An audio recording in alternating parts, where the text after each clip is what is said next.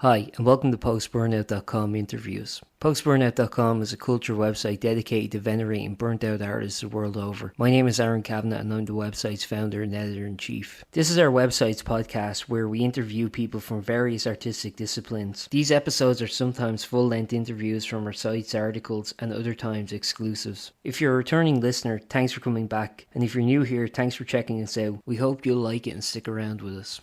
In this edition of Post-burnout.com interviews, we speak with Ryan Key of Yellowcard. Ryan talks about the band's reformation after a pretty definitive end, their reunion tour, their new album A Hopeful Sign, which features reinterpretations of their music by the post-rock Nashville band Hammock, their upcoming amphitheatre tour with Third Eye Blind, and more. I personally want to thank Heather Hawke for setting this interview up. Heather's a great publicist and director, and she was a very early advocate of the site.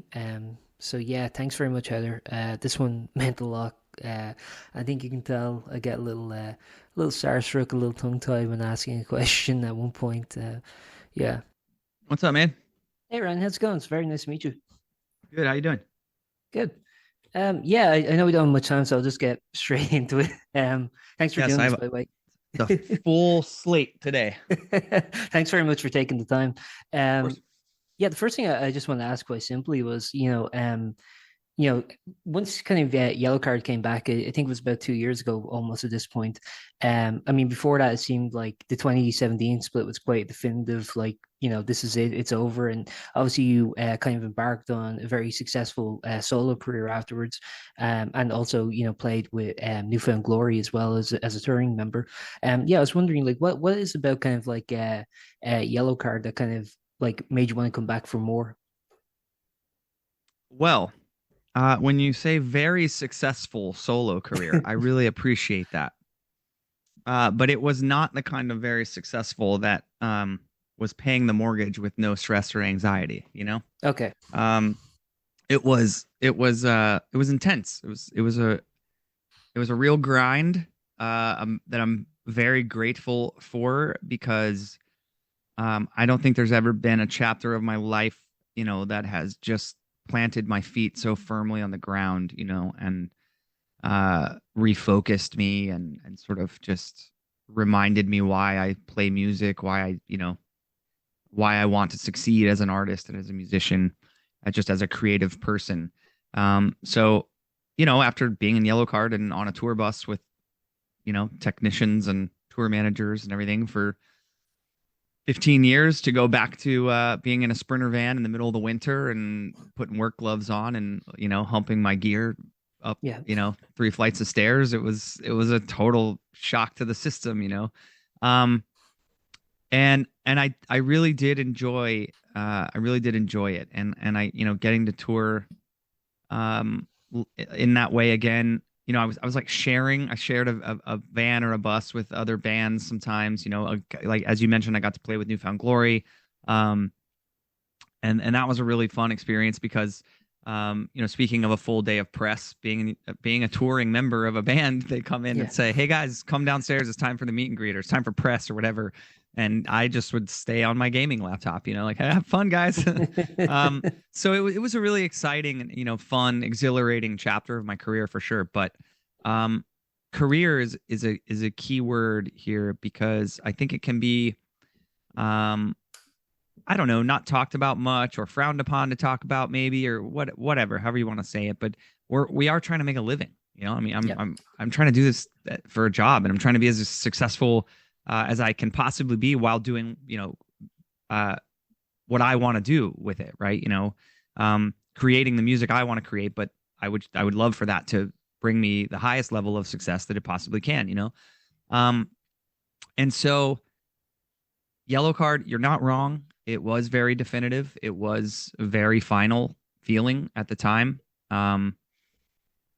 There were no plans to reunite. There were no discussions of any kind of future for the band. And then we got that offer to play Riot Fest in 2022, and again, like, just being an open book, it's the biggest guarantee we ever got to play a show as a band, and that will awaken, the curiosity about what could possibly lie ahead for the band, right? So that got phones ringing, it got people talking again, and we agreed it was an opportunity that we couldn't turn down to do Riot Fest. But I think we were still pretty hesitant, pretty tentative, pretty cautious is the right word about, how much further we wanted to take it or how much we wanted to look for beyond Riot Fest, because there were a lot of reasons why we decided to step away from the band, but some of them were very personal, inner workings, inner relationships in the band, but some of them were business decisions too. We were struggling to fill the venues that we were accustomed to filling. We were seeing less success year after year, and at this point, when the band's breaking up, Sean has 2 kids. It's life is rapidly accelerating into real adulthood. Granted, we're a little living in Neverland. We're a little stunted, compared to someone who's not been in a band for 20 years, but it accelerates quickly, right? And when you're not getting the results that you're looking for, but you're still putting the same amount of effort and the same amount of work, and we were touring so hard, and we were still just pouring everything into it. And Sean was away from his family for so long, and Ryan was away from his wife for so long, and so that's one of the reasons. Those are some of the reasons why we decided to step away. So how are you going to convince us that it's going to be different this time? Like, what's changed? Because literally nothing. That's what I'm going to get into here. Is nothing has changed. It's the same band. We didn't put out any new music. We don't have a song on the radio. There is no explanation for us getting the offer we got for Riot Fest, then playing that show in front of 30 or 40,000 people, and feeling like the energy from the crowd was equivalent to like a physical wind on your face. I mean, it was so intense. And then to follow that show up with the offer we got to do this tour, the Ocean Avenue 20-year anniversary tour. It's just surreal. I mean, it's just surreal, dude. Like the band broke up because we were struggling to sell out a House of Blues in some places. And then you turn around 7 years later when we've been completely dormant.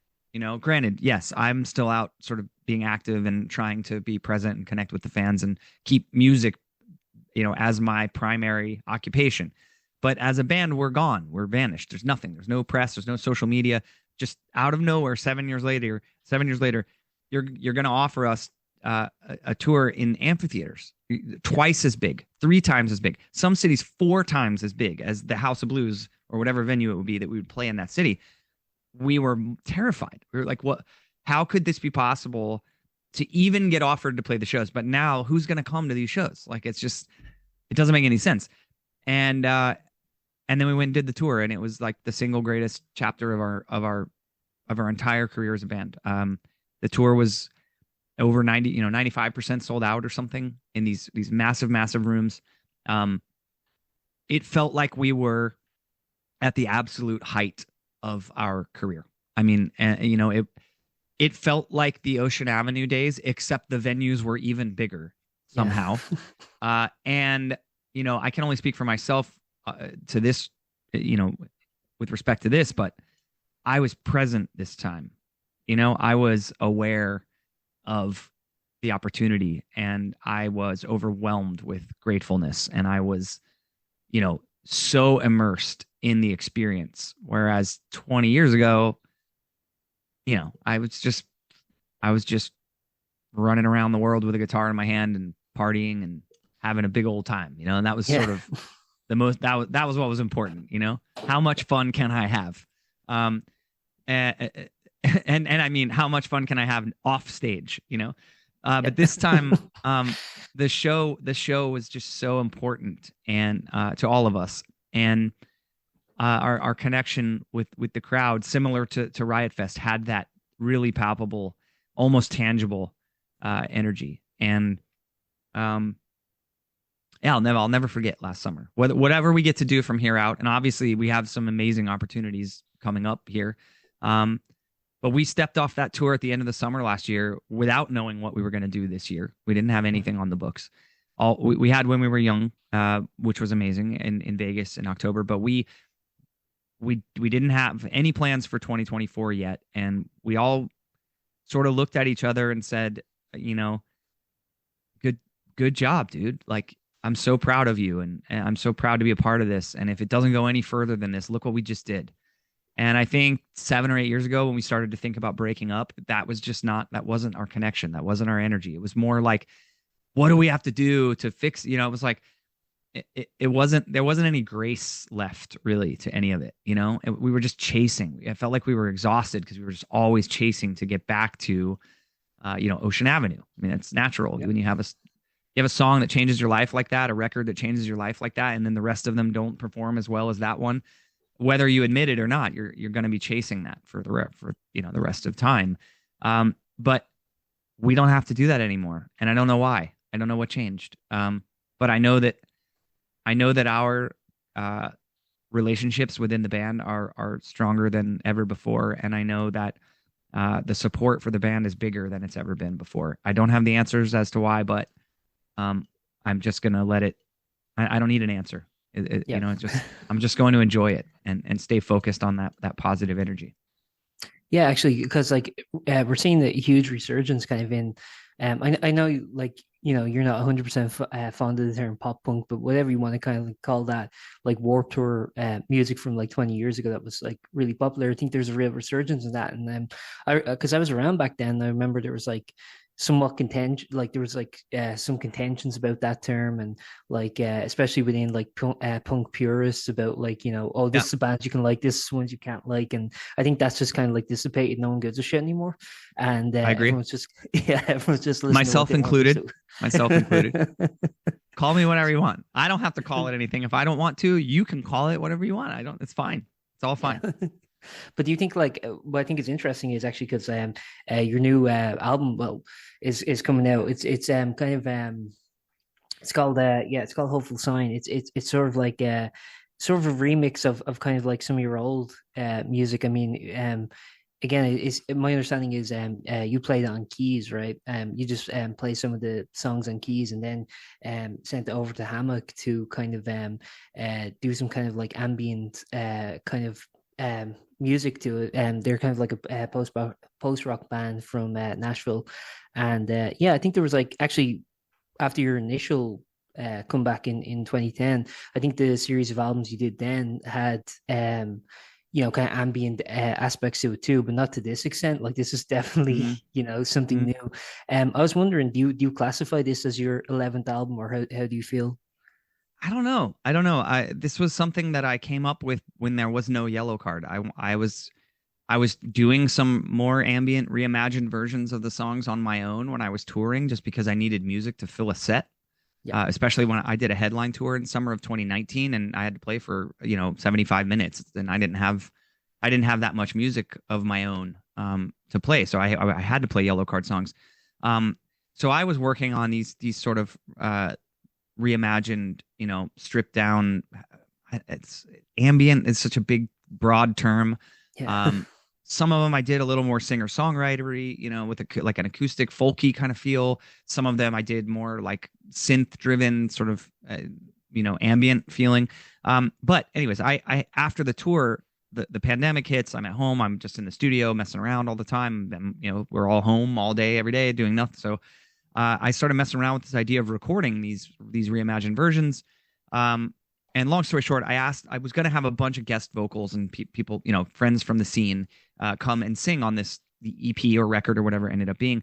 And I had this one off the wall idea to ask Mark from Hammock to do a song. I'm friends with Hammock is Mark and Andrew. There's two of them, and I'm friends with Mark, and I reached out to him to say, I'm doing this record with like guest artists on it. Would you be down to do a track? And he was like, that sounds really cool. Let's try it.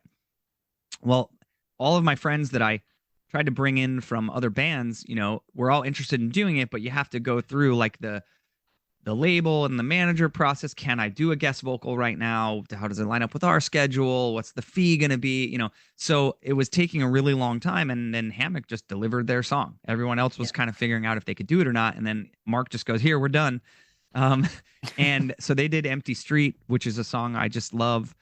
from our final record, from the self-titled record, and it's probably my second favorite on A Hopeful Sign, now that we have the whole album. But that's what I got. I got that one song, and again, this was going to be William Ryan Key doing Yellowcard songs. But the Hammock one was so good, and I've loved Hammock for so long. They're in my top 5, Spotify Wrapped every year. Yeah. So because it was seeming a little difficult to get everyone else on board, I just thought, what if we just did the whole thing together? What if we just do an EP, like 4 or 5 songs in this style?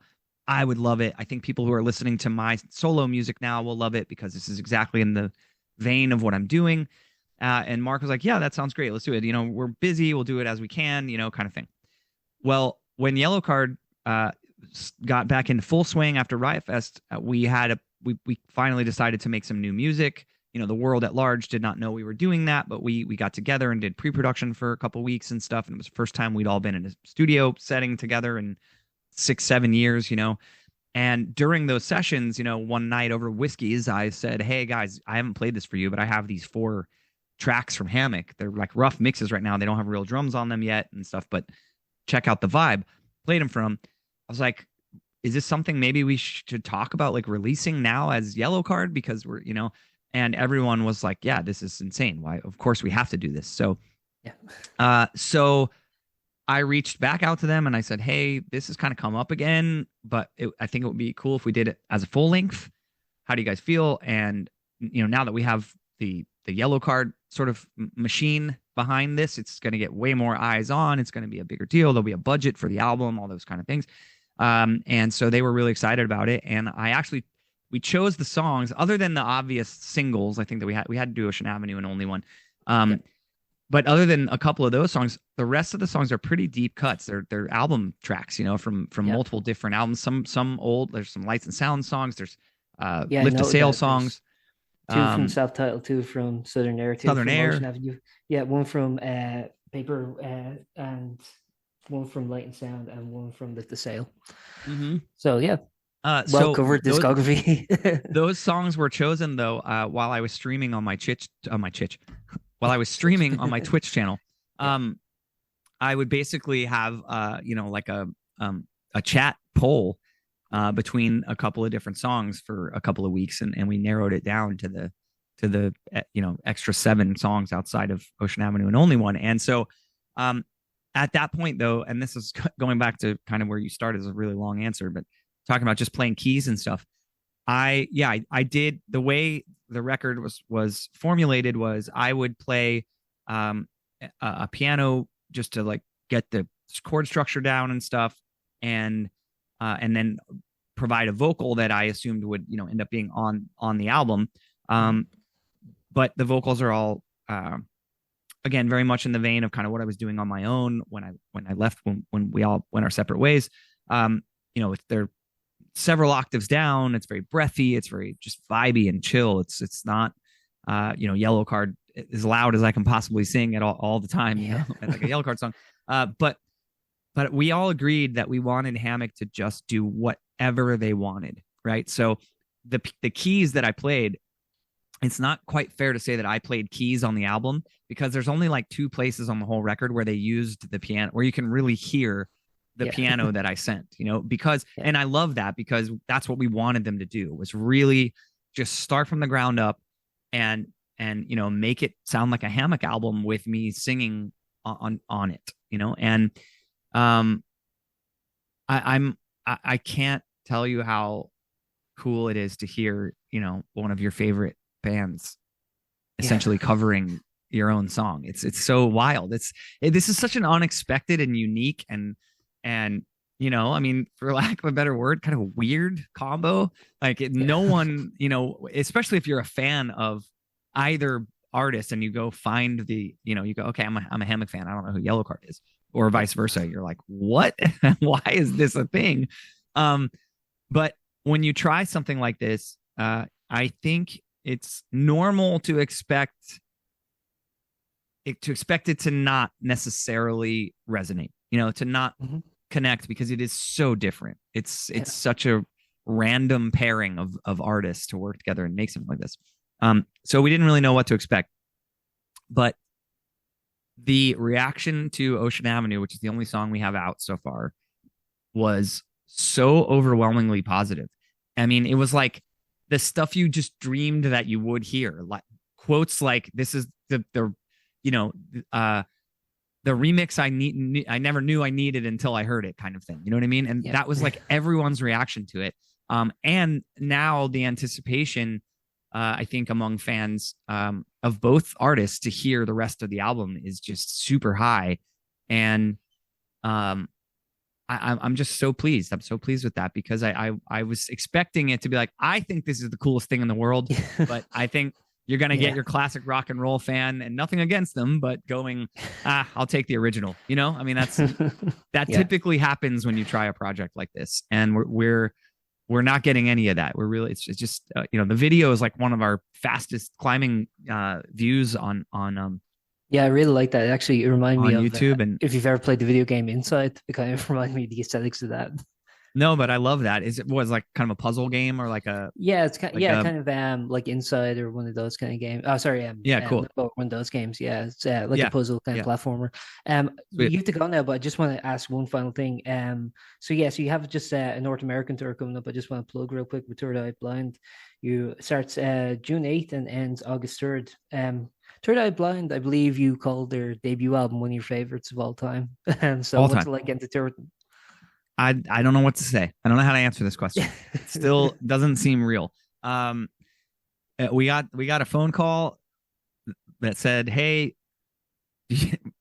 Third Eye Blind tapped you guys to come on a tour. Do you want to go on this tour with them?" And we just, it's not. We weren't looking for it. They came to us, and that's even more surreal.